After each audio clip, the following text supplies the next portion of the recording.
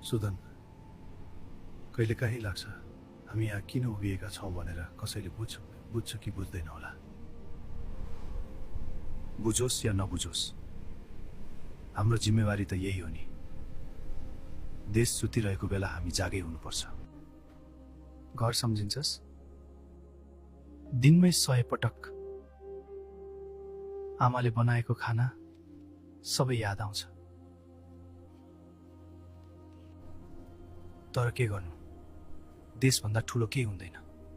हामी त सिमाना मात्रै होइन, सपना पनि जोगाइरहेका छौँ। यदि भोलि केही भइहाल्यो भने डर लाग्दैन? डर त लाग्छ, तर देशको लागि केही गर्न पाएकोमा गर्व लाग्छ। यदि अन्तिम सास यही माटोमा गयो भने त्यो पनि सौभाग्य हो। हामी जस्ता मान्छेहरूको बलिदानले नै त देश उभिएको छ।